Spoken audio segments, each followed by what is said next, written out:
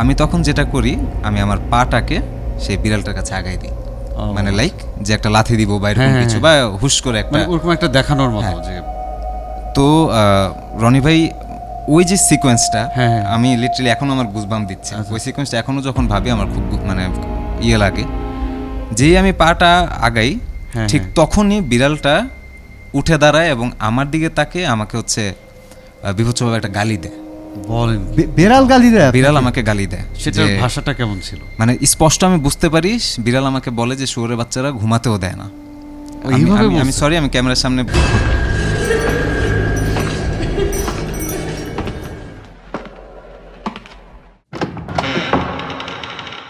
কে? অমানিশা।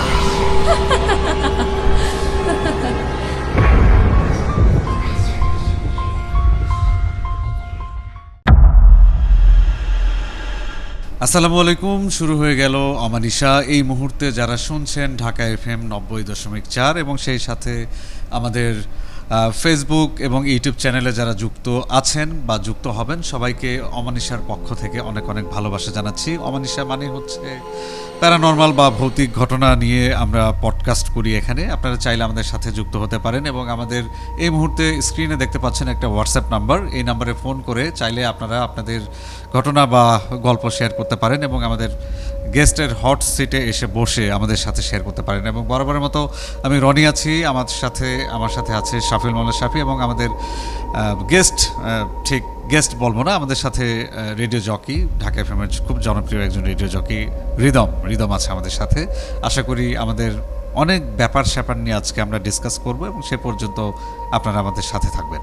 রিদম আসলে আমাদের সাথে মাঝে মধ্যেই জয়েন করবে এখন থেকে, কারণ ও আসলে অনেক ধরনের হরর বা এই ধরনের প্যারানরমাল বিষয়গুলো নিয়ে স্টাডি করে বা এটার সাথে জড়িত থাকে আর কি। ওর এই কিছুটা প্যাশন আছে, যে কারণে ওর শোয়ের বাইরে আমাদের সাথে মাঝে মধ্যেই জয়েন করবে।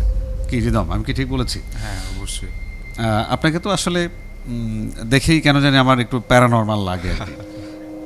এটা শাফি একমত হবেন কিনা? ওকে দেখেই কেন জানি আমার একটু মনে হয় যে পৃথিবী থেকে একটু বাইরে আছে। পৃথিবীর বাইরে হচ্ছে ওনার ফ্যাশন একটু ইউনিক। সো ইউনিক ফ্যাশন হওয়ার কারণে মানে যেটা হয় এখন ডার্ক থিম একটা ফ্যাশন, যেমন উনি যেটা করছেন, ওনার চুলগুলো একটু ডিফারেন্ট ভাবে রাখছেন এবং উনি মাল্টিভার্স কিন্তু। সো এই জন্য আপনার কাছে একটু প্যারানরমাল মনে হয়, আমার কাছেও মনে হয়, বাট ইটস নাইস ফ্যাশন। হ্যাঁ, মাঝে মধ্যে দেখি যে ও কোথায় যেন গিটার নিয়ে চলে গেছে, কোথায় যেন মিউজিক করতেছে, এরকম বেশ কিছু বিষয় ওকে আমি খেয়াল করি। তো একটু ডিফারেন্ট মনে হয় যে ও কথা খুব কম বলে, যখন আসি একটা সুন্দর করে সালাম দিয়ে চুপচাপ ওর মতো করে কাজ করে যাচ্ছে। মানে আমরা যেরকম সবসময় ফানি মুডে থাকি, ও কিন্তু গল্পগুজব গসিপ করি। হ্যাঁ, আবার আমরা ফানি মুডে থাকলেও ফানি ভিডিওতে কিন্তু আবার সেরা। তো বিশেষ করে আজকে তো আমরা আসলে রিদমের ঘটনা শুনবই, বাট রিদমের ঘটনা একটু পরে যেতে চাচ্ছি। কারণ হচ্ছে আমি যখন আসি তখন আসার সাথে সাথে আপনি বললেন, রনি ভাই দিল্লির একটা ঘটনা আমাকে খুব নাড়া দিচ্ছে ইদানিং। তো দিল্লির সেই ঘটনা একটু আমাকে যুক্ত করতে দেন। সেটা হচ্ছে যে আপনি আমাদের ইউটিউব চ্যানেলে, ঢাকা এফএমের ইউটিউব চ্যানেলে যে আমাদের অমানিশা যাচ্ছে, সেখানে দেখবেন সুন্দর সুন্দর কিছু কমেন্টস আসে। বিশেষ করে আপনাকে নিয়ে অনেকেই লিখে যে আচ্ছা শাফির এই ঘটনা, আপনাকে নিয়েও অনেক কমেন্ট আমি দেখি। সেটা করুক, বাট আমি গুরুত্ব দিই আপনাকে। কারণটা হচ্ছে যে আপনি বিদেশি স্টোরি বা ঘটনাগুলো এত সুন্দরভাবে স্টাডি করেন এবং আমাদেরকে শেয়ার করেন, সেটা কিন্তু দর্শক খুব এনজয় করে বা ভিউয়ার্সরা খুব এনজয় করে। করার চেষ্টা করি আসলে, বললামই তো যে আমরা তো থাকি এসব নিয়ে। হ্যাঁ, এই জন্য বলছিলাম যে দর্শক যারা শুনছেন বা আমাদেরকে দেখছেন, স্পেশালি শাফির যে বিদেশি ঘটনাগুলো, সেগুলো নিয়ে আমরাও একটু মানে খুবই উদ্বেলিত থাকি। আমরাও পছন্দ করি যে আপনাদেরকে যতখানি দেয়া যায়। তো শাফি, আপনি তখন বলছিলেন যে দিল্লির একটা ব্যাপার নিয়ে বলছিলেন। আচ্ছা, প্রথমেই দর্শকদেরকে একবার আমি শুভেচ্ছা জানাচ্ছি। হ্যাঁ শিওর। আসলে দিল্লির ঘটনাটা আমি বলবো আপনাদের, আজকে ওটাই আমার মাথায় বেশি ঘুরছে। তবে তার আগে কাল রাতের একটা ছোট এক্সপিরিয়েন্স আমি আপনাদের সাথে শেয়ার করি। কালকে রনি ভাইকে এটা বলা হয়নি। আমাকে আচ্ছা, অনেকটাই ক্লান্ত লাগছে আপনি বলছেন। হ্যাঁ হ্যাঁ, আমি যতদূর জেনেছি যে আপনি 15-16 ঘন্টা হ্যাঁ ঘুমিয়েছেন। ঘুমিয়েছিলাম, সেটার কারণ আমি খুবই ক্লান্ত ছিলাম গতকাল। আমি এই রিলেটেডই একটা ব্যাপার আচ্ছা, বলছি আচ্ছা, কেন এত বেশি ক্লান্ত হ্যাঁ ছিলাম। শিওর। গতকাল আমার একটা এটা বলা চলে একটা শিক্ষা সফরের মতোই আমার একটা ট্যুর ছিল বন্ধু বান্ধবের সাথে। সো আমরা ফিরতে ফিরতে রাত 8-9 বাজে। আমরা যে বাসে করে গিয়েছিলাম, ফেরার পথে আমার একজন টিচারের সঙ্গে প্যারানর্মাল কিছু ইস্যুতে আমরা দুজন গল্প করছিলাম ওকে আর কি। ওকে। সো ওই সময় আমার আবার একটা বিষয়, আপনারও এটা হয় যে আমরা যখন কোনো ভৌতিক বিষয় নিয়ে একবার আলোচনা শুরু করি বা কথা বলি, তখন আসলে ওটা না কন্টিনিউ আমরা ভাবতে থাকি। ওই আলোচনা শেষ হয়ে গেলেও আমাদের মাথায় এটা থেকে যায় যে আচ্ছা আসলেই তো এই ধরনের ব্যাপার কেন আমরা ঘটছে, আসলে ঢুকে যাই ঘটনার ভেতরে। ঢুকে যাই, রাইট। সো কালকেও আমি আমার সেই টিচারের সঙ্গে কথা শেষ করে আমার মাথায় ঘুরছিল যে কত কিছু ঘটে, কত রকম কত কিছু ঘটে, মানে এইগুলোর আসলে কোনো শেষ নাই, ব্যাখ্যা নাই। সো এইসব ভাবতে ভাবতে আমি বাসায় পৌঁছাই। সো যেহেতু একটা ট্যুর ছিল, ট্যুর শেষ করে আমি আসলে এত টায়ার্ড ছিলাম, আমি ফিরে কোনো রকম ফ্রেশ হয়ে জাস্ট আমার রুমে গিয়ে লাইট অফ করে আমার দরজা টোটালি লক করে আমি ঘুমিয়ে গেলাম। ঘুমানোর ঠিক কতক্ষণ ঘুমিয়েছি সেটা আমার মনে নেই। আমি ঘুমের মধ্যে টের পাচ্ছি আমার খুব পরিচিত একটা হাত, খুবই পরিচিত, আমারই একজন কাজিন যার সাথে আমার বেড়ে ওঠা, একসাথে বড় হওয়া। এখন অনেকদিন আমাদের দেখা নেই, সে একটু দূরে আছে। আমরা ছোটবেলায় আমরা হয় না যে কাজিনদের সাথে একসাথে থাকা হয়, হ্যাঁ হ্যাঁ একসাথে। সো ওই টাচটা আমার পরিচিত টাচ, হ্যাঁ হ্যাঁ হ্যাঁ, আচ্ছা আচ্ছা আচ্ছা।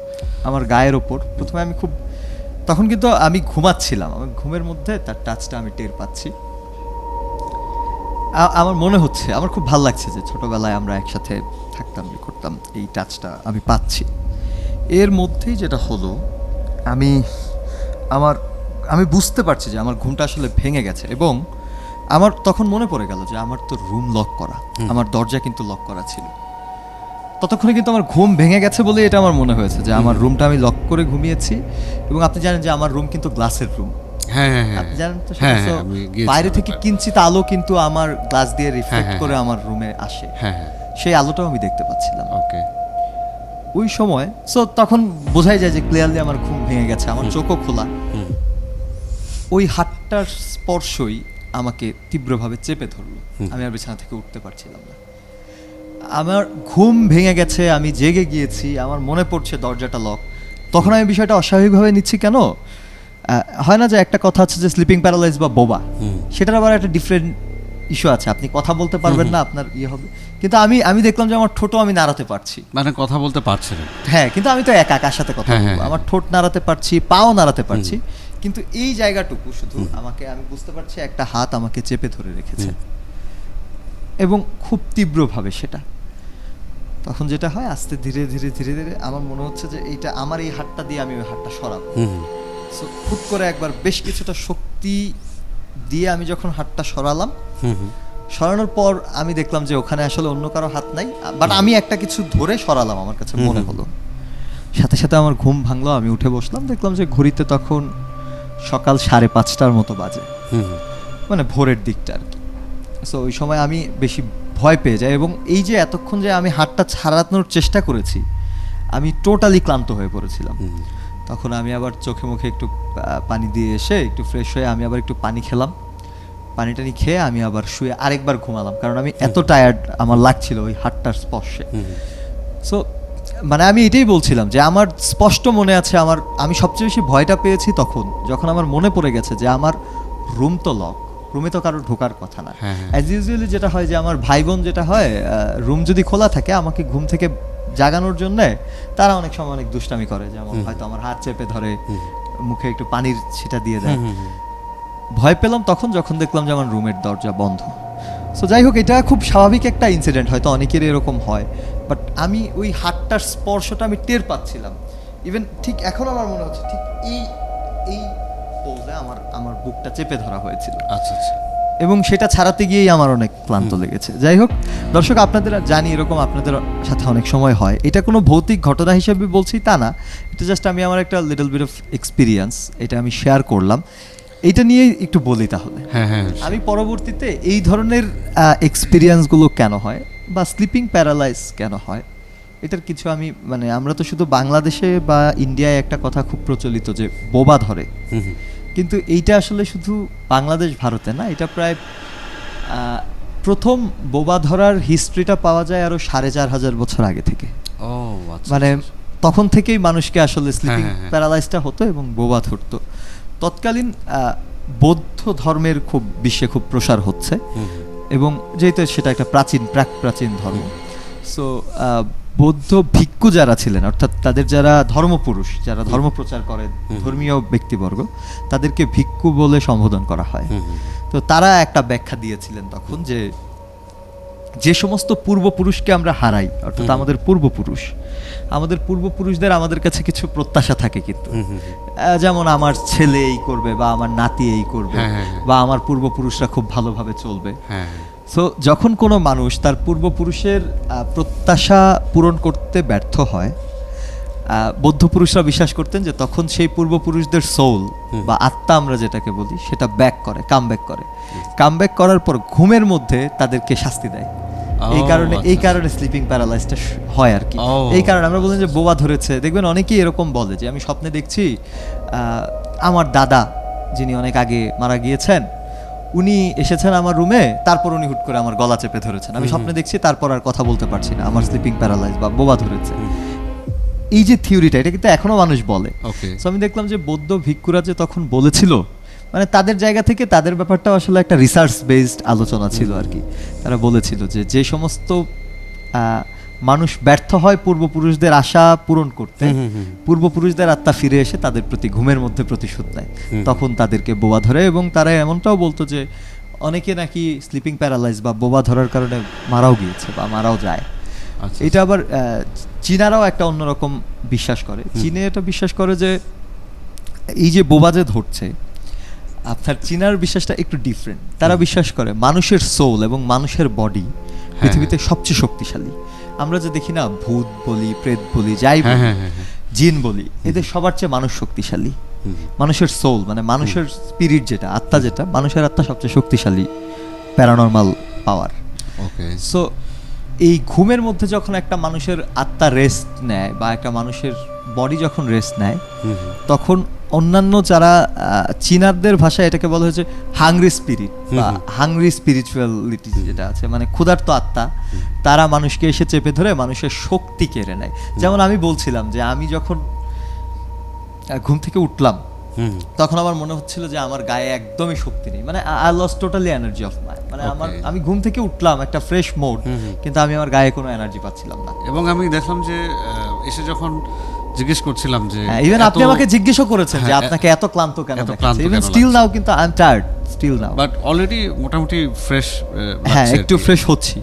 সো চীনারা বিশ্বাস করে যে এই বোবা হচ্ছে মূলত একটা অতৃপ্ত এক ধরনের আত্মা, যারা নিজেদের শক্তি, মানুষের শক্তি ওরা কেড়ে নেয় নিজের কাছে, এবং তারা নিজেদের শক্তিটা বাড়ায়। একটু আগে যে বলছিলেন যে বৌদ্ধদের ভিক্ষু যারা আছে, তারা একটা গবেষণা বা ওই ধরনের চিন্তা ভাবনা থেকে এই উপলব্ধির ব্যাপারটা বের করেছে। সেটা কিন্তু আজকে না, প্রায় 4000 বছর আগেই তারা বলেছে। এটা কি কোনো দলিল আছে বা এটা এই বিষয়গুলো আপনি যখন বৌদ্ধ ভিক্ষুদের সঙ্গে যদি কখনো আলোচনা হয়, তাদের তো আসলে নিজস্ব কিছু গাইডলাইন্স আছে, যেমন স্পেশালি তারা ফলো করে হচ্ছে ত্রিপিটক। সো আমি জানি না যে ত্রিপিটকে এই ব্যাপারে আলোচনা আছে কিনা, বাট বৌদ্ধ ভিক্ষু যারা আছে, ভিক্ষুরা তো আসলে রিসার্চার, ওরাও রিসার্চার, রিলিজিয়াস রিসার্চার। সো তারা তাদের মতো আর কি এই জিনিসটা এইভাবে চিন্তা করে, এবং বোবা ধরাকে তারা খুব ভালো লক্ষণ হিসেবে নেয় না। তারা চিন্তা করে যে বোবা যদি কাউকে ধরে, তারপর তারা যেন সতর্ক হয়, এরকম একটা ইঙ্গিত হিসেবে তারা দেখে। এইখানে তাহলে একটা কথা বলি, আপনি বললেন যে বোবা ধরার বিষয়টা হলে সে যেন সতর্ক হয় আর কি। তো আমি এর আগেও আপনাকে অনেকবার বলেছি, সেটা হচ্ছে আমি যখন ক্লাস 6-এ বা 5, 6, 7-এ পড়ি, ইভেন ক্লাস 8 পর্যন্ত আমার প্রচুর হতো এটা অনেকবার বলেছি আপনাকে। পরে একটা একটু বড় ধরনের ঘটনার পরে আমার মা আমাকে আসলে আমার রাশিগত একটা সমস্যার কারণে এক তান্ত্রিক, যেটা বলছিলেন শুরুতে আপনি এই ঘটনাটা বলেছিলেন কোন এক সময় আমাকে, তখন ওনাকে দেখানোর পরে উনি কিছু ট্রিটমেন্ট দিয়েছিল, তারপর থেকে আমার আর সমস্যা হয়নি। পরে অন্য সমস্যা হয়েছে, বাট এই ভয়ানক সমস্যা থেকে আমি রেহাই পেয়েছি। Okay. আমি একটু রিদমের কাছে যাচ্ছি, আবার আসছি আপনার কাছে। Sure, সেটা sure. হচ্ছে রিদম তো শুরু থেকেই খুব মানে মনোযোগ দিয়ে শুনছিলেন বিষয়টা, এরকম যে ওর এই আলোচনা থেকে বা ঘটনা থেকে সেটা হচ্ছে আমরা এতটুকু পেলাম যে আমরা কিন্তু অনেকেরই এই বোবাই ধরাটা অনেকের লাইফে হ্যাঁ, এবং হয় এটা। একটু এখানে হ্যাঁ। যুক্ত করতে হয়, রিদম ভাইয়ের কাছে যাচ্ছে যাওয়ার আগে যেটা যুক্ত করি যে এইটা কিন্তু এখনো একটা অমীমাংসিত সমস্যা হিসেবে থেকে গেছে। হ্যাঁ, যেমন আমি বললাম যে ভারতীয় উপমহাদেশ এটাকে বোবা ধরা নামে চেনে, বাট এটা তো কোনো নাম না, বোবা ধরা এটা কোনো নাম না, হতে পারে? এটা সায়েন্টিফিক্যালি হ্যাঁ। কোনো একটা কিছু বিজ্ঞান এটাকে বলে স্লিপিং প্যারালাইজ। Sleeping paralysis. এখন প্যারালাইজডের যে বিষয়, প্যারালাইসিসের আমি বিষয়টা বুঝলাম, কিন্তু এটা তো 4500 বছর আগে পৃথিবীর আগের প্রায় কথা, সব হ্যাঁ, হ্যাঁ। ভূখণ্ডেও এটা চলে আসছে। হ্যাঁ, হ্যাঁ, হ্যাঁ। আপনি জাপানে যাবেন, জাপানিজরাও এটাকে বিলিভ করে, হ্যাঁ, হ্যাঁ। জাপানিজরা তাদের নামে না, বিলিভ করে। না করার উপায় নাই, কারণটা সেটাই। হচ্ছে ধরেন স্লিপিং প্যারালাইজ হচ্ছে যখন, এটা শুধু আমি বাঙালি বলে আমার হচ্ছে তা তো না। না না না, রাইট। যদি আপনি মানুষ হন, হুম। পৃথিবীর যে প্রান্তেই থাকেন আপনার হতেই পারে। এবং একটা বিষয় দেখেন, প্যারালাইজ তো একটা সায়েন্স হ্যাঁ, রিলেটেড হ্যাঁ, ওয়ার্ড, এটার একটা বৈজ্ঞানিক ব্যাখ্যা আছে, কিন্তু আপনি দেখবেন বোবা ধরার আগে এটা বেশিরভাগ শ্রোতারা আমার সঙ্গে রিলেট করতে পারবে।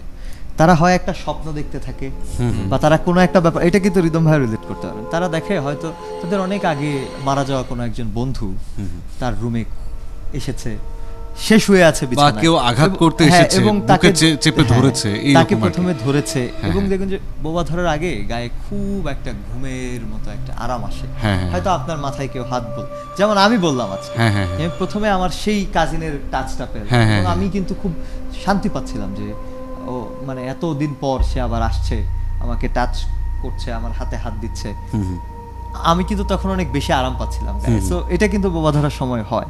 সো এইটাকে কিভাবে দেখবেন আপনি? না হয় স্লিপিং প্যারালাইজকে একটা বৈজ্ঞানিক ভাষায় ব্যাখ্যা করে ফেলছেন, কিন্তু এই যে স্বপ্নগুলো যে দেখছে সবাই, ঠিক এটা নিয়ে কিন্তু দুপর্ব আগেও আমি আপনাকে বলেছিলাম যে আমরা যে স্বপ্ন দেখি, সায়েন্স বলেছে যে 3 সেকেন্ডের বেশি কেউ স্বপ্ন দেখে না, কিন্তু এটা আমার বিলিভ হয় না। কারণ হচ্ছে যে আপনি দেখবেন যে আপনি স্বপ্নে 7 মহাসাগর পাড়ি দিয়ে ঘুরে সেটাই। একজন প্রিয়তমার কাছে হয়তো গেলেন, স্বপ্নে হতে পারে এটা। তো আরো অনেক ব্যাপার থাকে যেগুলো আসলে 3 সেকেন্ড বা 2 সেকেন্ডে সম্ভব না, হয়তো সায়েন্স বলছে, বাট এর মধ্যে আপনি যখন ঘুমিয়ে যাচ্ছেন, মানে গভীর ঘুম, তখন কিন্তু আপনি প্রায় মৃত, আপনার সোলটা বের হয়ে কোথায় কোথায় বেরিয়ে আসছে। আচ্ছা, একটু রিদমের কাছে যাচ্ছিলাম তখন, যে রিদম এই যে বোবা ধরার বিষয়টা, এটা নিয়ে আপনি কতটুকু জানেন বা আপনার লাইফে এটা হয়েছে কিনা একটু শুনি। থ্যাংক ইউ ভাই। মানে ব্যাপারটা হচ্ছে আমি হয়তো বা কথা বলতাম এই বিষয়টা নিয়ে, আমি হয়তো রনি ভাইকে বলতাম, সরি শাফি ভাইকে বলতাম যে ভাই আমি একটু বলি। প্লিজ। আমি আসলে ঠিক বলতে পারি না যে এই বোবা বা স্লিপিং প্যারালাইজ বা মানে what ever it is, but এই ব্যাপারটার সাথে আমার কানেকশনটা খুব বেশি, অনেক বেশি। আপনার কি এটা বেশি বেশি হয়? আমি যদি বলি মানে এটা আমার রেগুলার লাইফের একটা পার্ট হয়ে গেছে, এরকম একটা সিচুয়েশন বর্তমানে যাচ্ছে, আর খুব ছোট থেকেই। ইভেন আমি যদি বলি যে এরকম ফিল, মানে সবাই তো ফিল করে, সবাই তো ব্যাপারটা ফিল করে যে ঠিক আছে সামওয়ান ইজ টাচিং মি বা কেউ টাচ করছে, আমি নিজের চোখেও দেখেছি। আমি ওই যে যেটা বলছিলেন শাফি ভাই একটু আগে, যে স্বপ্নে আমরা দেখছি যে কেউ কিছু একটা হচ্ছে, বাট আমরা কথা বলতে পারছি না। ওখানে আসলে ব্যাপারটা যেটা হয় সেটা হচ্ছে স্বপ্নের মধ্যে দেখতে পাচ্ছি যে হয়তো বা পুরনো একজন মানুষ বা কিছু একটা করছি, বা কেউ আমাকে হার্ম করতে চাচ্ছে, বাট আনফর্চুনেটলি আমি কোনো পাওয়ার পাচ্ছি না, আমি তাকে টাচ করতে পারছি না, আমি তার সাথে কোনো কথা বলতে পারছি না। এনিহাও আমার চোখ খুলে গেল, বাট আমার মুখ নড়ছে কিন্তু মুখ দিয়ে কোনো আওয়াজ বেরোচ্ছে না, এরকম হয় ব্যাপারটা। আর আমি যদি একদম ছোট করে একটা স্টোরি বলি, আমি আগে খুব বেশি গেমিং করতাম। ওকে ওকে। তো একদিন এরকম গেমিং করতে করতে আমি ওই ফোন হাতে নিয়ে আমি ঘুমিয়ে পড়ি আর কি। তো দেন কিছুক্ষণ পর আমি ব্যাপারটা ফিল করি যে হ্যাঁ আজকেও আমাকে এই বোবা বা হোয়াট এভার ইট ইজ এটা আমাকে ধরেছে। ওকে। আমি যখন খুব প্রেশার দেই নিজের মধ্যে যে না আমাকে উঠতে হবে, বা আমরা যেটা করি বেসিক্যালি আমরা কিন্তু আয়াতুল কুরসি বা সূরা কালাম পড়া শুরু করি শোয়ার সময় এটা। হ্যাঁ, আর যখন আসলে বোবার সাথে আমাদের এই ইসলাম ধর্মের কি connection I don't know, but আপনি একটা বিষয় খেয়াল করবেন যে যখন এরকম কিছু হয়, বোবা ধরে বা স্লিপিং প্যারালাইসিস যাই হোক, আপনি যখন সূরা কালাম পড়বেন বা আপনি যখন চেষ্টা করবেন পড়ার জন্য, তখন দেখবেন যে আস্তে করে কিন্তু আপনার বডিটা ছেড়ে দিচ্ছে। হ্যাঁ, মানে এক সময় না এক সময় আপনি রিলিফ, হ্যাঁ রিলিফ হয়ে যায়। সো তখন ওই আমার ভিতরেও সেম জিনিসটা কাজ করছিল যে আমি দেখি ট্রাই করি আমি কিছু পড়তে পারি কিনা। আমি পড়া শুরু করলাম, অ্যান্ড দেন আমি রিয়েলাইজ করলাম যে আমি একটু একটু চোখ মেলতে পারছি। আর আমি যেটা দেখছি আমার বেড আর হচ্ছে আমার যে রুমের জানালা, তো দুইটা তো পাশাপাশি একদম, আমি একদম স্পষ্ট দেখলাম যে কিছু একটা আমার বুকের উপর থেকে সরে জানালা দিয়ে বের হয়ে যাচ্ছে। আচ্ছা, এটা একদম আমি স্পষ্ট কিন্তু নিজের চোখে দেখেছি। এটা আপনার বয়স তখন কত? আচ্ছা, সেটা রংটা কেমন? বয়সটা সাদা?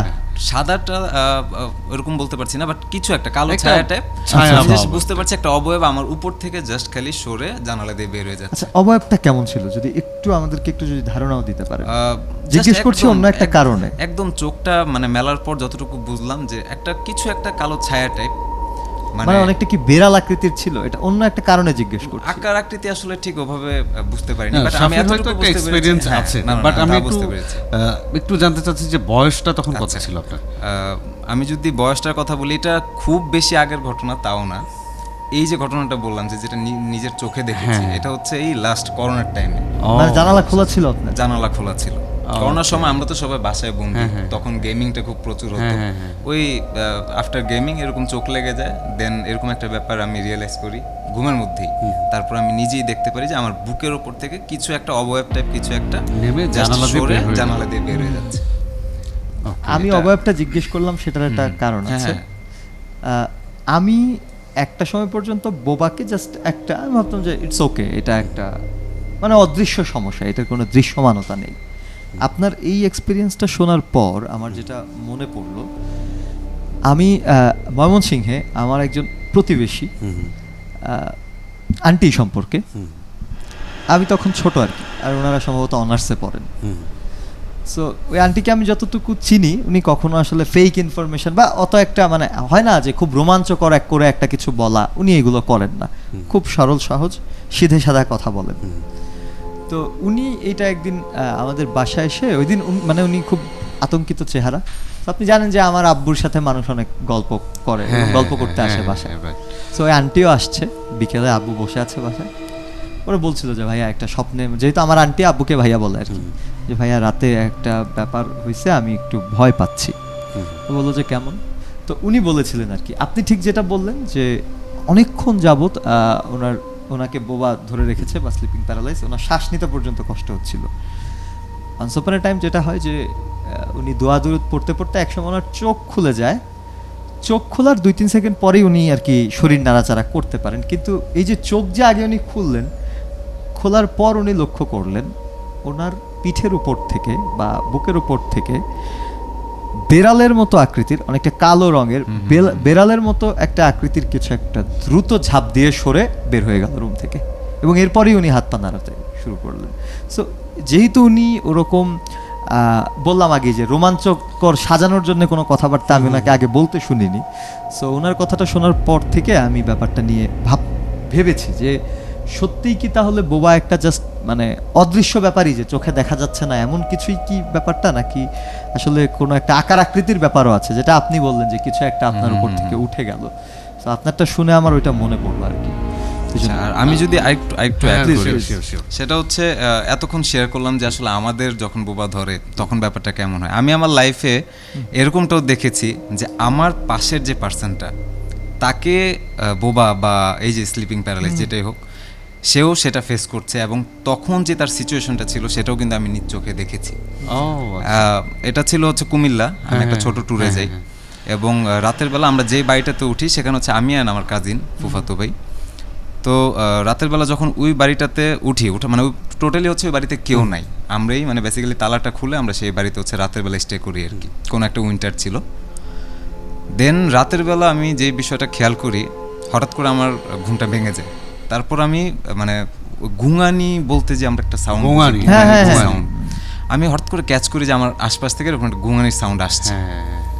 তো আমি যখন আমার ঘুম ভাঙে তখন আমি হঠাৎ করে দেখি যে আমার সেই কাজিন, সেই কাজিন হচ্ছে মানে তার হাত পা সব একদম হচ্ছে টাইট হয়ে আছে, আর সে খুব মানে চেষ্টা করছে, সে নিজের সাথে নিজে খুব নিজের সাথে নিজে খুব লড়াই করছে বা যুদ্ধ করছে, বা সে ছুটতে চাচ্ছে, এরকম একটা সিচুয়েশন, সে অনেক ট্রাই করছে। তো তখন হঠাৎ করে আমার মাথায় একটা বিষয় আমার আসলো যে যখন বোবা ধরে তখন পাশে যে থাকে সে যদি হালকা একটু টাচ করে তখন নাকি বোবাটা ছেড়ে দেয়, এরকমটা আমি শুনেছি।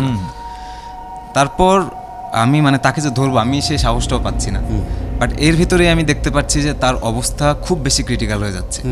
ইভেন তার মুখ থেকে হচ্ছে পানি বা লালা যেটাই হোক মুখ থেকে ননস্টপ পড়ছে, মানে একদম সিরিয়াস, সে খুব সিরিয়াস সিচুয়েশনে আছে। সে আমি দেখতে পাচ্ছি তার চোখ টোক উল্টে যাচ্ছে, হ্যাঁ, চোখে সাদা পাটটা দেখা যাচ্ছে, বাট আমি স্পষ্ট বুঝতে পারছি যে সে কিছু একটা হচ্ছে, তাকে কিছু একটা ধরে রেখেছে।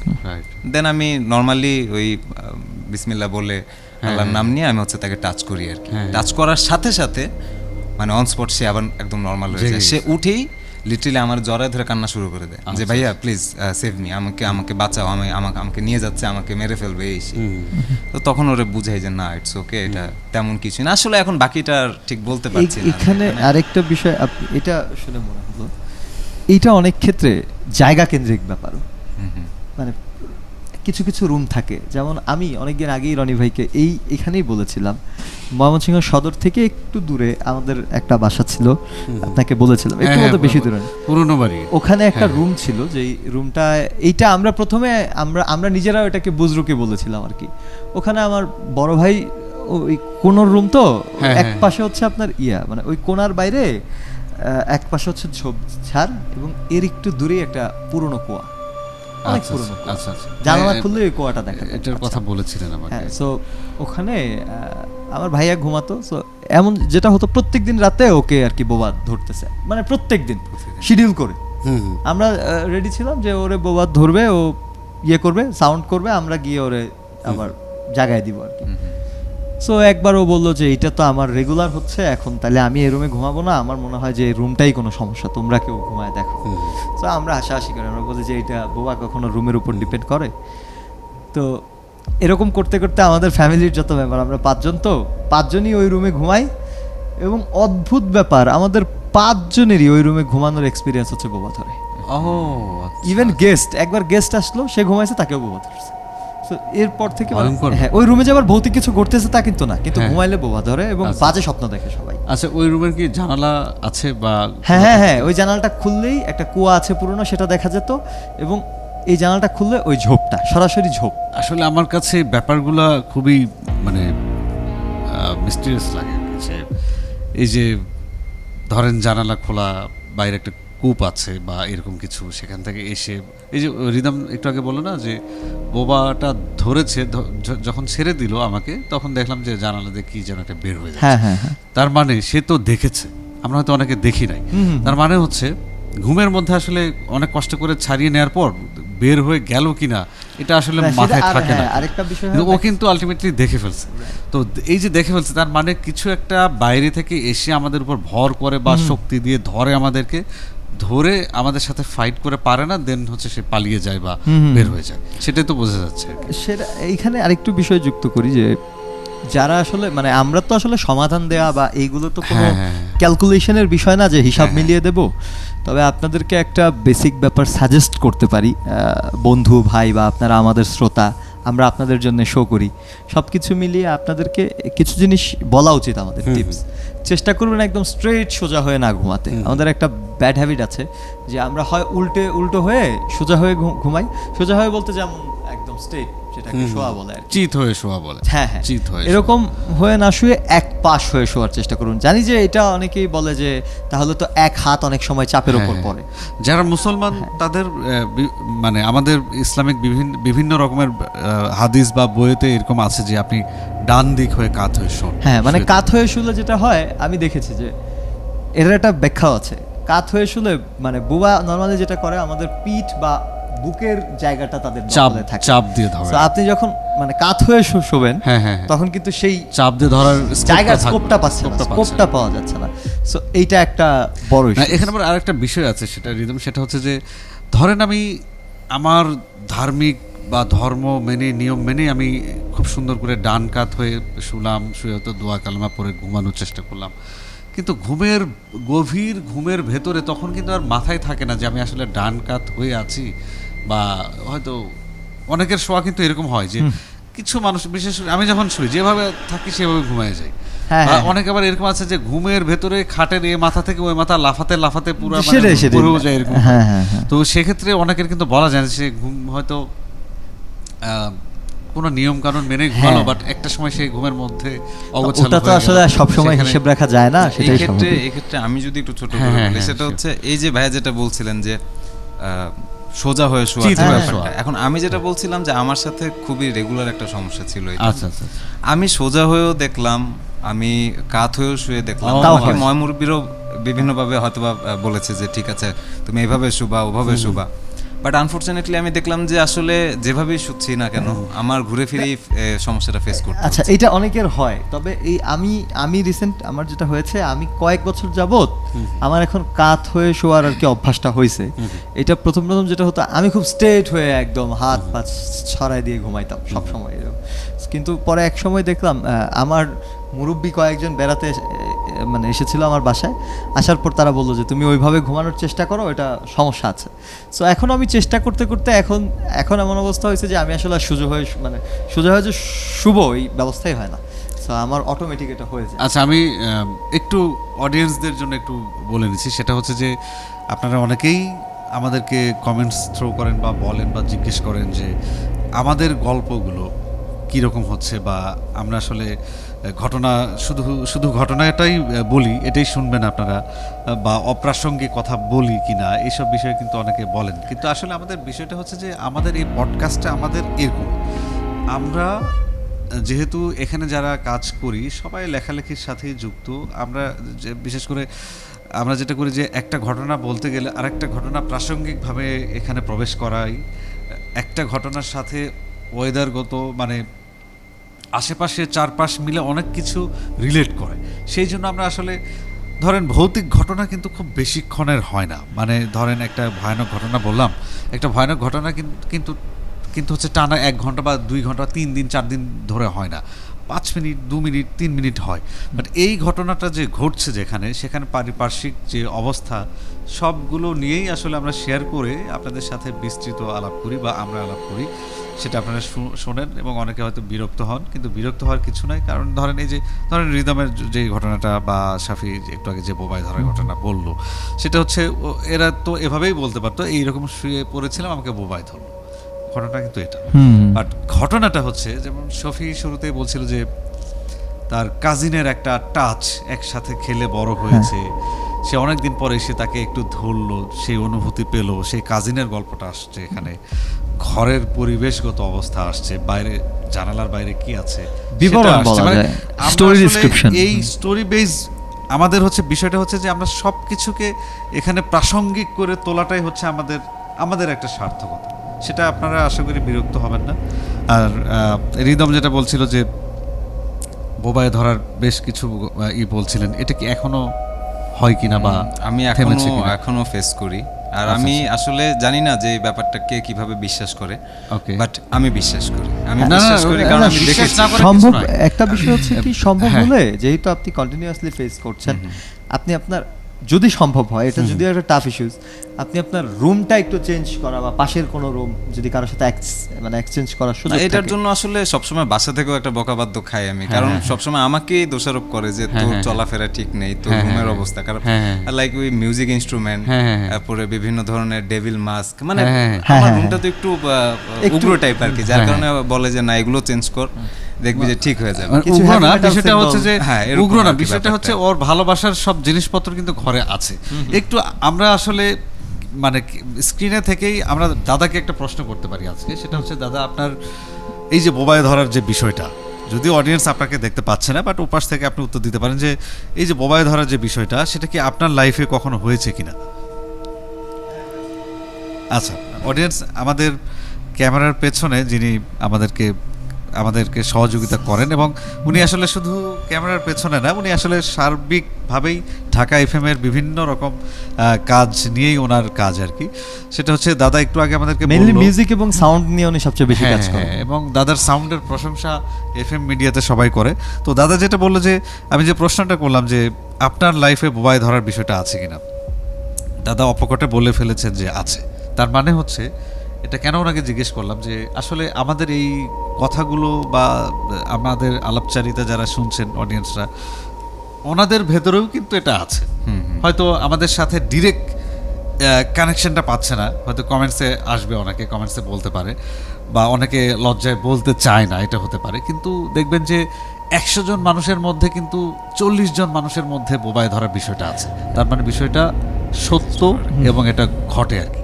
তো রিদম একটা ঘটনা বলতে চাচ্ছিলেন, সেটা কি এটাই ছিল নাকি না না, আমার ঘটনা বেসিক্যালি একটা ঘটনা ছিল। Please, শুনি আমরা। আচ্ছা, আমি তাহলে ঘটনা যাচ্ছি, বাট এর আগে আমি কিছু কথা একটু বলতে Sure, চাই। sure. সেটা Please, হচ্ছে যেহেতু আমি আসলে অমানিশার তো রেগুলার পার্ট না, রনি ভাই, শাফি ভাই না, এরাই আপনি থাকে। পার্টি। না ঠিক আছে, ফাইন। আমি আসলে থ্যাংক ইউ জানাতে চাই আমাদের কিছু অডিয়েন্সকে, ওকে। কজ আমি যখন এর আগে এসেছি অমানির সাথে, তারপর থেকে কিন্তু আমার বেশ কিছু মেসেজ মানে হ্যাঁ, রেগুলার আসছে। কমেন্টসও দেখেছি আমি। আমি কিছু শাউট আউটও দিয়ে দিতে চাই। হ্যাঁ, হ্যাঁ, জান্নাতুল হীরা আছে, আচ্ছা, তমা আচ্ছা, আছে সিলেট থেকে, দেন আমাদের আফরিন আছে, সুমাইয়া আছে, শারমিন আছে। এরা আমাকে বেশ করে কিন্তু রিকোয়েস্ট করে যাতে আমি অমানির সাথে আবারও আসি এবং স্টোরি শেয়ার করি। ওকে, সো সেখান থেকে আর কি আসা। তার মানে হচ্ছে আপনার ভূতের বা ভৌতিক ঘটনার শুধু মেয়েরাই শোনে? না না না, ব্যাপারটা আসলে এরকম কিছু না, সবাই হয়তো শুনে, এখন তারা হয়তো বা তাদের জায়গা থেকে মেসেজ করে। ওকে ওকে, না বা তারা এখানে আবার জানাতে একটা চায়। ব্যাপার আছে, আমি যদিও ফানি বিষয়টা, আপনি দেখবেন যে বই পড়া, ভূতের গল্প শোনা, প্যারানরমাল ইনভেস্টিগেশন দেখা ইন্টারেস্ট মেয়েদের বেশি থাকে। মেয়েদের বেশি থাকে। এই জন্যই আসলে বলেছি, এটা true। অন্য কিছু মনে করার আচ্ছা, কিছু আচ্ছা। নাই। ওকে, তারপরে আমরা যাচ্ছি ঘটনায় যাই তাহলে। তাহলে আমি ঘটনা চলে যাই। হ্যাঁ, হ্যাঁ, সেটা হচ্ছে আমি তখন খুব ছোট, আমি হচ্ছে ক্লাস 4-এ পড়ি এরকম, সরি ক্লাস 4-এ পড়ি, অনেক ছোট, খুব ছোট। তো আমরা যেটা করি সচরাচর, যে আমরা ডিসেম্বর মাস আসলে, মানে আমরা স্কুল লাইফ বলতে আমরা যেটা বুঝি যে ডিসেম্বর মাস মানে হচ্ছে ঘুরতে যাওয়া, এবং স্কুল ছুটি থাকে, যে বন্ধ ভ্যাকেশনটা থাকে। সেখানে নানু বাড়ি, হ্যাঁ, দাদু হ্যাঁ, বাড়ি এরকম যাওয়া। হ্যাঁ, হ্যাঁ। তো ঠিক এরকম এক্সাম শেষ হলো, দেন আমাদের বাসা থেকে একটা প্ল্যান হলো যে আমরা নানু বাড়ি যাবো। আমি খুব এক্সাইটেড ছিলাম যে ঠিক আছে নানু বাড়ি যাবো আমরা। আমি সেই দিন থেকেই মানে সারাদিন জুড়ে আমাদের যে একটা গোছগাছের যে ব্যাপার, গোছগাছ হলো। গোছগাছ হওয়ার পর সন্ধ্যার কিছুক্ষণ আগ মুহূর্তে হচ্ছে আমার আম্মু আমাকে বলে যে যেহেতু আমরা গুজগাছ করছি, আজকে আমি আমার পক্ষে আর কোনো স্ন্যাক্স বা নাস্তা টাস্তা বানানো পসিবল না, ওকে, তোমার যদি কিছু খেতে ইচ্ছা করে বাইরে থেকে নিয়ে আসো। ওকে, তো ঠিক আছে, ছোট মানুষ যেভাবে বলছে সেভাবে আমিও খুব এক্সাইটেড। হ্যাঁ হ্যাঁ। আর তখন আমার ছোট বোন আছে, আমার ছোট বোন তখন আরো ছোট, মানে আমার ছোট বোন কিন্তু আমার প্রায় 12 থেকে 14 বছরের ছোট, মানে অনেক ভালো গ্যাপ। তো তখন সেও টুকটাক হাঁটা শিখেছে এরকম আর কি, তো হাঁটা শিখেছে। দেন আমরা হচ্ছে আমি ওকে নিয়ে বের হই, আর আমার বাসা তো নাখালপাড়াতে। আর নাখালপাড়া আসলে একটু পুরান এলাকা, এটা মোটামুটি সবাই জানে যে নাখালপাড়াটা একটু পুরান এলাকা, ড্রাম ফ্যাক্টরির কাছে। হ্যাঁ। তো আমার বাসা থেকে বের হয়ে আমাদের ওইখানে একটা মসজিদ আছে, ওই মসজিদের দিক দিয়ে একটা 3 রাস্তার গলি আছে, একদম চিকন গলি। এখন হয়তো বা বর্তমান সময় 2026 সাল চলছে, হয়তো দোকানপাট হয়েছে, রাস্তাঘাটে আলো আছে এরকম কিছু।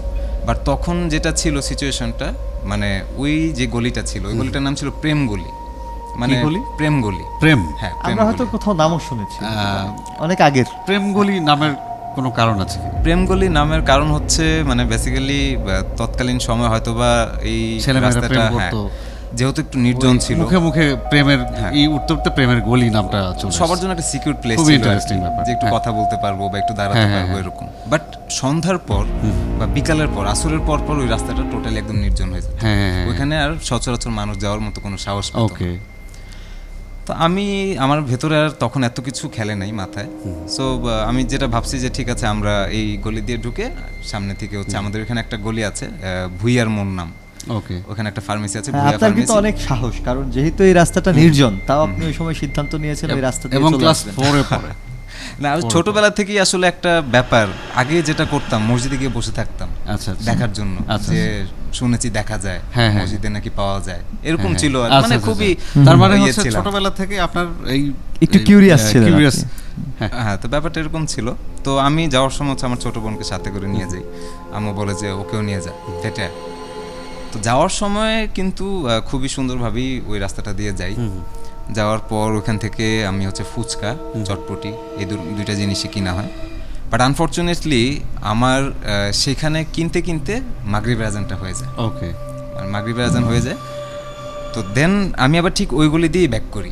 আর আমি একটু ডিসক্রাইব করতে চাই যে গলিটা, মানে 3 রাস্তার যে প্রেম মোড়টা, গলি। হ্যাঁ প্রেম গলি, হ্যাঁ।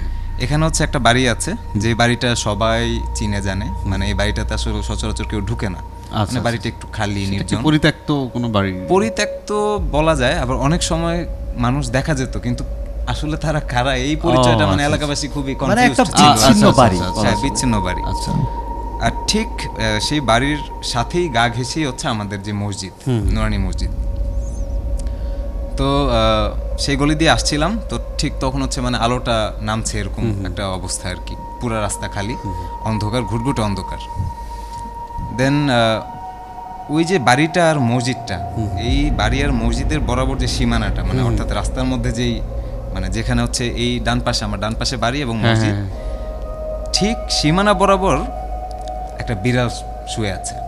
হ্যাঁ, এবার আমি আসি, কারণ আমরা অনেকে জানি যে কালো বিড়ালের সাথে হয়তোবা যে একটা, আমরা কিন্তু অনেক সময় জানি যে কিছু একটা থাকে, কালো বিড়াল বা এরকম কিছু।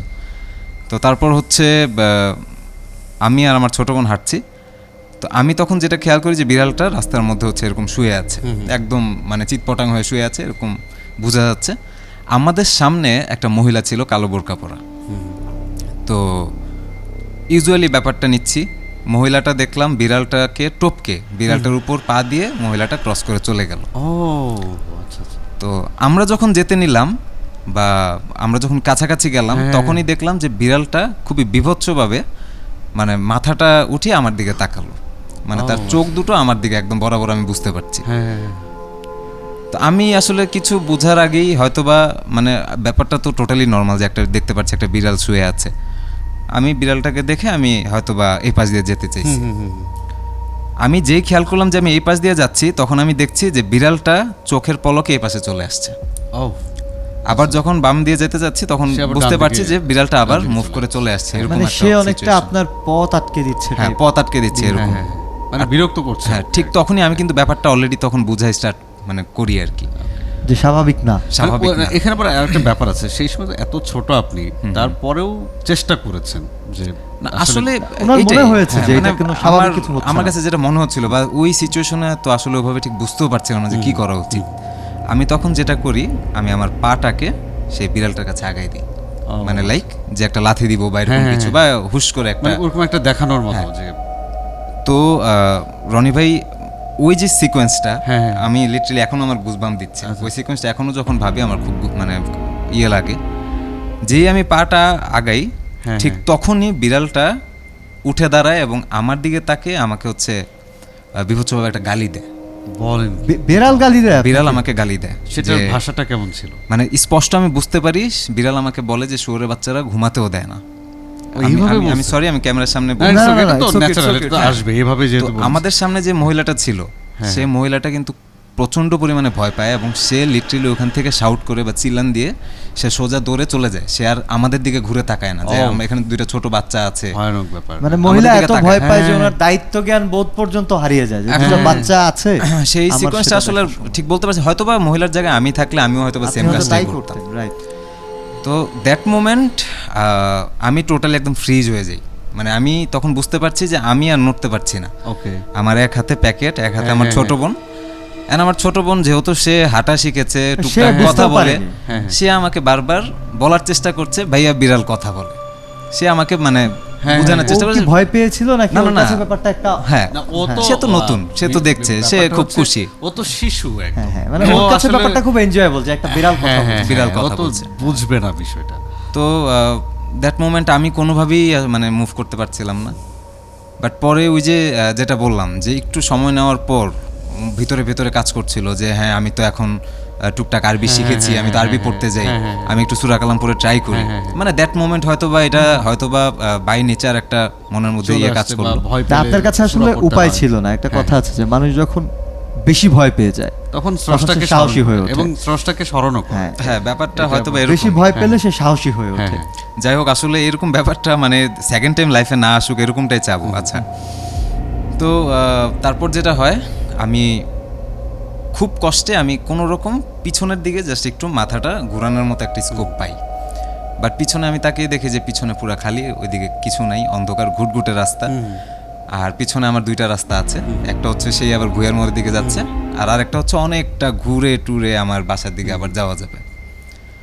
তো তো কিছু না করে মনকে শক্ত করলাম, মনকে শক্ত করে দেন যখন দেখলাম যে বডিটা হালকা একটু রিলিফ হচ্ছে, হ্যাঁ, শক্তি পাচ্ছে। দেন ছোট বোনকে নিয়ে আমি জাস্ট খালি ওইখান থেকে কোনো রকম ঘুরে ওই রাস্তাটা দিয়ে আমি দৌড় দেওয়ার মতো একটা চেষ্টা করি, মানে দ্রুত যত স্পিডে যাওয়া যায়। তো আমি বামের গলিতে অর্থাৎ ভুইয়ার মোড়ের সেই আগের গলিতে না ঢুকে আমি নতুন গলিতে ঢুকি, ভাবি যে এই দিক দিয়ে গিয়ে আমি হচ্ছে বাসায় চলে যাব। মানে ব্যাপারটা হচ্ছে এই গলি দিয়ে গিয়ে আমার রাউন্ড হয়ে ঘুরে দেন আমার বাসার দিকে আমার রাস্তা। বাট তবু এই রাস্তাটা আর কি স্কিপ করার সুযোগ থাকে। তো যেই গলিতে আমি ঢুকি, এখনো যদি আমি বলি যে আপনি যদি এখনো যান ওই গলিতে, এখনো দেখবেন যে আসলে দিনে দুপুরে গলিটা কেমন খালি। আর দুই পাশে হয়তো বা বাড়ি আছে, বাড়ির যে সাইড বাউন্ডারি মাঝখান দিয়ে রাস্তাটা পড়েছে, মানে রাস্তাটা যে খুব বেশি ইউজ করা হয় ব্যাপারটা তাও না। তো ওই স্টোরিটা হয়তো বা শেষ হয়ে যেতে পারতো, বিড়ালের কাহিনীটা শেষ হতে পারতো, বাট এরপরে আমি আবার যেটা ফেস করি ওই গলির মধ্যেই, আমি তখন খেয়াল করি যে ওই গলিতে যখন ঢোকার পরে দেখি যে দুইটা বোরকা পরা মহিলা, মাঝখানে একটা ছোট বাচ্চা, ওকে, পাঞ্জাবি পরা, সাদা পাঞ্জাবি পরা, সামনের দিকে হাঁটছে, মানে আমরা হচ্ছে তাদের পিছনে, তাদের সামনের দিকে হাঁটছে। তো তারা টোটালি রাস্তাটা ব্লক করে রেখেছে। একটু বুঝিনি এখানে, সেটা হচ্ছে যে এই ঘটনাটা ফেস করলেন যখন, বিড়ালের ঘটনাটা ফেস করলেন, ঘটনাটা তারপরেই কি এটা একটু সিকোয়েন্সটা এখানে আমি ক্লিয়ার করি, আমি বিষয়টা বুঝতে পারছি এবং মনে হয় আপনি যখন ঘুরে যেতে থাকলেন ওই গলিটাও খালি, আপনি তারপরে ওই অল্টারনেটিভ রাস্তাটা বেছে নিলেন, আপনি যখন ওই গলিতে গেলেন তখন দেখলেন যে দুইটা বোরকা পরা মহিলা একটা ছোট বাচ্চা নিয়ে যাচ্ছে রাস্তাটা ব্লক করে। কিন্তু ওই সময় তো আপনার একটা শক্তি পাওয়ার কথা যে না অন্তত দুইজন মানুষ, মানে লোকজন যেহেতু আছে, হ্যাঁ আমি শেষ করি সাহস, তো এই যে যেটা বললেন সাহস পাওয়ার কথা, অ্যান্ড আই ওয়াজ গেটিং, মানে আমি সাহস পাচ্ছিলাম, বাট ওই জায়গায়ও মানে এমন একটা বিষয় তখন ক্রিয়েট হয়, আমি যখন দেখি যে সামনে দুইজন আছে, মাঝখানে একটা বেবিও আছে, যদিও তাদের ফেস দেখতে পাচ্ছি না, বাট বুঝতে পারছি তারা হাঁটছে, আর রাস্তাটা খুব চিকন তো যার কারণে তিনজনেই ব্লক হয়ে গেছে। আমি ওদের দিকে ফেস করে দেন আমি আবার সাহস করে পিছনের দিকে তাকালাম, ওই যে আপনি যেটা বললেন আমি কিন্তু সাহস পেয়ে গেছি, তখন আমার ভিতরে একটা সাহস আছে যে এখন আমার সাথে মানুষ আছে। আমি ইউজুয়ালি আবার ঘুরে তাকাই সে বিড়াল কি আমার পিছনে আসে কিনা দেখার জন্য। আনফরচুনেটলি আমি পিছন থেকে যখন সামনে তাকাই, তাকানোর সাথে সাথে দেখি যে একটা মানুষও নেই। অর্থাৎ এইটা আপনার আরেকটা শক আপনার জন্য। হ্যাঁ, আর ওই রাস্তাটাতে যে কোনো একটা গেট দিয়ে মানুষটা ঢুকে যাবে, আমি যেটা বলছিলাম যে দুইটা বিল্ডিং এর বাউন্ডারি পড়ছে হচ্ছে সেই রাস্তায়, তো ঢোকার কোনো অপশন নেই ওইখানে। তখনই আমি যেহেতু ছোট, খুব বাজেভাবে ওই গলির মধ্যেই কান্নাকাটি শুরু করে দিই আর কি। কান্নাকাটি করতে করতে তারপরও কোনো রকম দৌড়ে টোরে সামনে গিয়েই আমি যদি কখনো শুনে থাকি আমার আঙ্কেল আছেন, ইকবাল আঙ্কেল, তো আমি ইকবাল আঙ্কেল ওনার দোকান আর কি, মুদির দোকান, আমি আঙ্কেলের কাছে গিয়ে হচ্ছে ঝাপাই টাপাই পড়ি আর কি যে আঙ্কেল আমি আর পারতেছি না। পরে ছোট বোন আমার সাথী, আমি ওকে ধরেই রেখেছি, আমি ওকে কোনোভাবে ছাড়ছি না। ও কি আর পরে কিছু বুঝতে পেরেছে যে আপনি কান্নাকাটি করছেন? ওর জন্য আসলে এটা কোনো বিষয় না, ও তো জানেই না। হ্যাঁ, সেটা আমি বুঝতেই পারছি না, সেটা আমি ক্লিয়ার। বাট ওই সময় কি আপনি যখন কান্নাকাটি করছিলেন, ও তো এটা কি কখনো বুঝতে পেরেছে যে আপনি ভয়ে কান্নাকাটি করছেন? না, ও আসলে তখন পর্যন্ত ব্যাপারটা কিছুটাই বুঝতে পারেনি যতটুকু আমার ধারণা। তারপর হচ্ছে ইকবাল আঙ্কেল আমাদেরকে ওইখান থেকে বাসায় নিয়ে যায়। বাসায় নিয়ে যাওয়ার পর আমাদের যেহেতু বিল্ডিংয়ে স্বাভাবিক আমাদের পাশের বাসার মানে নেইবারহুড যারা থাকে তাদের সাথে তো আমাদের কানেকশন খুবই ভালো থাকে, আশেপাশের আন্টিরাও চলে আসে। দেন সবাই এসে আমার আম্মু তখন আমাকে যেটা করে সেটা হচ্ছে বটি, আমরা যে কাটাকাটি করি সেই বটির আগার মধ্যে লবণ দিয়ে আমাকে ট্রাই করে মুখের মধ্যে দিয়ে, বা এটাতে হচ্ছে ভয় কেটে যায়। এই ধরনের বেশ কিছু ব্যাপার প্রচলিত আছে। সেটা হচ্ছে আমার মা, আমি যখন ভয় পেয়েছিলাম খুব বেশি, মাটির ঢাকনা মানে ভাত রান্না করার পাতিলের উপর যে ঢাকনাটা দেওয়া হয় সেই ঢাকনার উপরে লবণ বা কি যেন একটা দিয়ে আমাকে খেতে বলেছিল আর কি, যে এটা করলে শয়তান বা অপশক্তিরা পালিয়ে যাবে, এরকম কিছু একটা প্রচলিত ব্যাপার ছিল আর কি। তো আসলে রিদমের ঘটনাটা খুবই লোমহর্ষক মনে হচ্ছে আমার কাছে, যে এই যে বোরখা পরা দুটা মহিলা, প্রথমে তো বিড়াল বাধা দিল তাকে, তারপর উল্টা ঘুরে অন্য রাস্তা দিয়ে যাওয়ার সময় বোরখা পরা দুটা মহিলা, এদেরকেও আমার কাছে খুব রহস্যময় মনে হয়েছে। আপনি উল্টো ঘুরে একদিকে ভালো করেছেন, আবার একদিকে এটা একটি সমস্যাও। প্যারানর্মাল ম্যাক্সিমাম ইনসিডেন্টে শুনবেন যে কোনো কবিরাজ বা যারা খুব ভালো জানেন তারা মানুষকে এই সমস্ত বিষয়গুলোতে বলেন যে খারাপ কোনো রাস্তায় যদি পেছন থেকে কেউ ডাকে বা পেছনে যদি কোনো রহস্যময় কোনো কিছু মনে হয় পেছনে ফিরে না তাকাতে, এটা কিন্তু বলে দেয়।